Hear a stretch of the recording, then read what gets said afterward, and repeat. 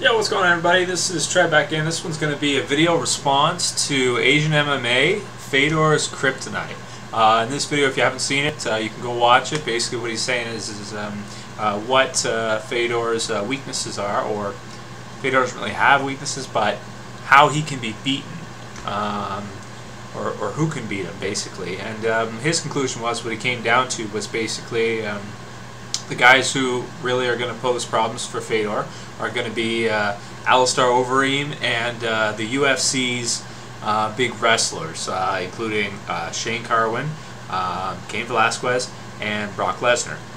In that order, basically, saying his thoughts are that Shane Carwin is the most dangerous, and Cain Velasquez is next, and Brock Lesnar is third most dangerous for him, for Fedor. And I have to say that I agree, but the reason why I agree is a little bit different than you might think.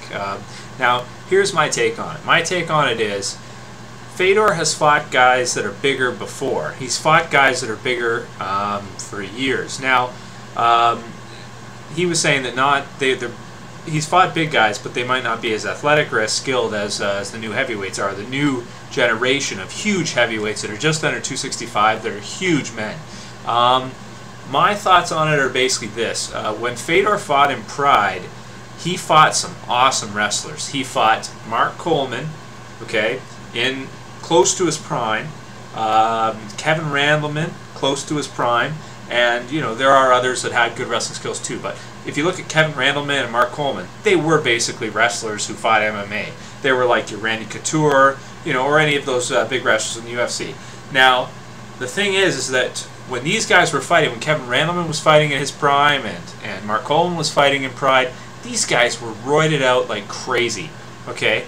If you want to go back and just check it out, take a look at some of Mark Coleman's footage after he, you know, lost his fight to Fedor. He's in the back and he's, you know, walking through and he's just screaming. You can see the veins everywhere. I mean, the guy was on so much juice. He shaves his head now because he doesn't have any hair left, okay? Kevin Randleman, Kevin the Monster Randleman, was exactly the same way. He trained at the Hammer House. He trained with Coleman.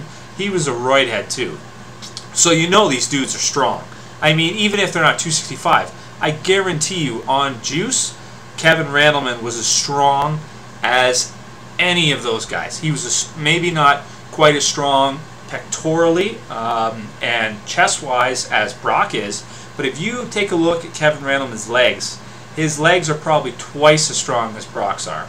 Okay, so these guys, so Mark Coleman and Randleman were, you know, they were strong as hell. They were good wrestlers, you know, and Fedor beat them both with trouble, but he did beat them both. Now, here's the thing that, like, you know, right now you're probably thinking that I disagree with Asian MMA and that these guys won't pose a problem for Fedor. But here's the thing I see. The weigh-in today, June 25th, 2010, for Strikeforce Fedor versus Verdun, which will be tomorrow.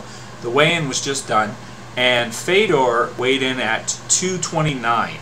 Okay, so Fedor is losing weight, and if you look at his past few years, he has steadily been losing weight over the years. If you look at him in his early Pride days, he was much bigger than he is now, and I don't mean fat-wise, I mean muscle-wise. He was much thicker, he was wider, he was stronger, okay, than he is now. If you look at his weigh-ins and you see there's a picture of him flexing, and you look at his arms and man, there's almost nothing there. I mean, you know, like there is, but for a heavyweight compared to these other guys like Overeem and the UFC guys, man, he's got nothing now, nothing. He used to be way stronger than he is now. So what I see it as a sign that Fedor might be starting to actually get older and start to get out. You know, I think at this point he's out of his prime, and I think that the showing against Brett Rogers was a good example of that. I think you know, a few years ago, if he fought Brett Rogers the same way, you know, Brett Rogers in the same state, I think that Fedor wouldn't have had much trouble with him as much as he did, even though that knockout was brutal at the end of or in the middle of the second round there. So basically what I'm saying is that I agree, Fedor's Kryptonite at this point probably is the bigger guys like Overeem and the others, but it's not because, you know, Fedor stylistically has a problem with it. and he hasn't had a problem with it in the past. It's that now that he's getting older, and he's starting to lose his muscle mass, he's starting to lose body mass, and it seems like he's not really worried about it. He doesn't really feel like he should gain weight, he should bulk up, and he should be lifting weights. If you guys have seen Fedor's training regimen, it doesn't look like he does a lot of weightlifting that much, not like Lesnar and these other guys. It looks like what he's doing is more body exercises, calisthenics, chin-ups, pull-ups, fast twitch muscle movements, things like that, if you take a look at him. And that's one of the things that makes Fedor so dangerous. I've never heard anybody talk about this, but what I see when I watch Fedor is I see a person who understands physiology, because he trains fast twitch muscle fibers. That's what he does. He trains to, he'll kind of go, when he's in his fights, if he's going for submission or something, he'll kind of move slow, and then all of a sudden, boom, he explodes, and he goes for the arm, or he goes for, whatever he's going after. And it's the same with him standing on feet too. He's kind of slow for a bit, and then all of a sudden he just explodes. Fast twitch muscle fibers. That's why he can do that. It's because he trains that way. He trains fast. When he lifts fast, or he throws fast, or he curls up as fast as he can. He trains fast twitch.